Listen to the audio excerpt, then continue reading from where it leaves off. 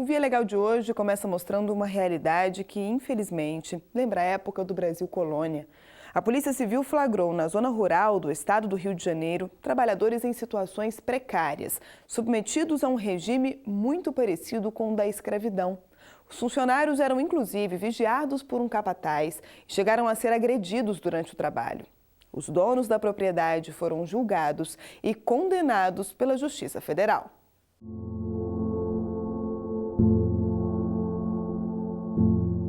Os dados são da Organização Internacional do Trabalho. Cerca de 21 milhões de pessoas ainda são vítimas de atividade escrava no mundo. Um crime que movimenta 150 bilhões de dólares por ano.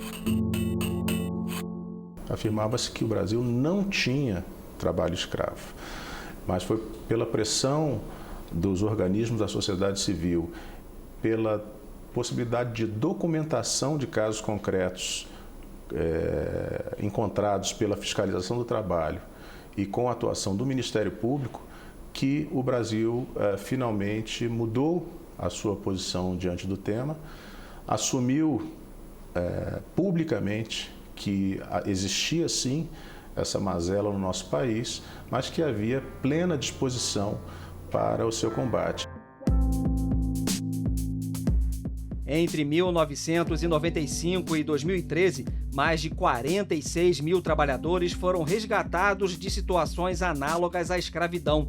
Um dos casos mais recentes aconteceu em São Fidélis, no norte do estado do Rio de Janeiro. Em abril de 2014, 3 trabalhadores rurais foram encontrados escondidos dentro desta fazenda de cana-de-açúcar. A operação da Polícia Civil foi montada depois que uma outra vítima fugiu e conseguiu pedir ajuda. Eu pedi para o pessoal se espalhar para procurar esses outros escravos, né? É quando, logo em seguida, numa vala, estavam mais 3 escravos deitados, escondidos, por determinação desse dono da fazenda. Todo carro, veículo que chegava nas proximidades, ele mandava que ele se escondesse para essas pessoas não encontrarem, né? Não terem contato com eles para esconderem aquela situação que estava sendo realizada, feita ali na fazenda. De acordo com o delegado, durante as primeiras conversas com os trabalhadores, eles revelaram que faziam jornadas exaustivas sem remuneração. À noite, eram trancados em um alojamento improvisado e só saíam para trabalhar. Até apanhar, a gente apanhava, né? E quando a gente não ia fazer um serviço que ele queria, ele pegava e botava o capataz dele para bater na gente. O dono da propriedade, Paulo César Azevedo Girão, o filho dele, Marcelo Conceição, e o capataz, Roberto de Araújo, foram presos em flagrante. Na Justiça Federal, eles responderam por crimes contra a organização do trabalho. Os 3 foram condenados a penas que variavam de 7 a 10 anos de prisão.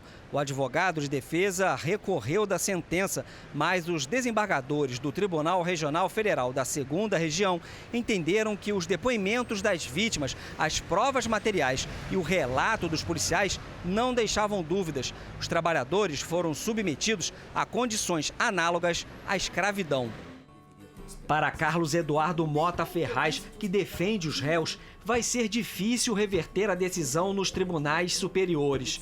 Mas ele continua sustentando que a condição de trabalho escravo nunca existiu. Eles diziam que não tinham liberdade absolutamente nenhuma. 15 testemunhas vieram e disseram não, eles andavam na rua normalmente, não podiam sair e tal. Eles disseram que nunca tiveram dinheiro. Aí veio um cabeleireiro e falou, não, eles cortam o cabelo comigo e quem paga são eles. E não tem ninguém os vigiando. Se, evidentemente, não lhes foram pagos alguns direitos como férias, 13º, recolhimento de fundo de garantia, isso tem a ver com a Justiça do Trabalho. Entre o resgate dos trabalhadores e a sentença da Justiça Federal, apenas 8 meses se passaram. Para o ministro Lélio Bentes, o julgamento rápido de casos envolvendo o trabalho escravo é fundamental. Quem ainda insiste na exploração dessas situações atentatórias à dignidade humana, mais cedo ou mais tarde é flagrado e será chamado a responder por seus atos perante o Poder Judiciário. Lélio coordena o projeto Ação Integrada, que ajuda trabalhadores resgatados a começarem uma vida nova. No Rio de Janeiro, a iniciativa atendeu 162 pessoas no ano passado, entre elas as vítimas de São Fidélis. Uma semana depois, a gente já tinha conseguido fazer a inserção delas no mercado decente de trabalho. Uma resolveu que ia ficar com a família e um senhor que foi o mais complicado, a gente também conseguiu trabalhar ele com a família dele. Apesar da experiência em campo, o delegado que participou do resgate admite: vai ser difícil esquecer a crueldade flagrada na última operação. Quando a gente se depara com isso, a gente não acredita que existe essa situação. Como é que pode alguém tratar outro como escravo, né? Submeter outro à escravidão? Essa situação marcou muito. Eu acho que foi a situação que mais marcou, na verdade.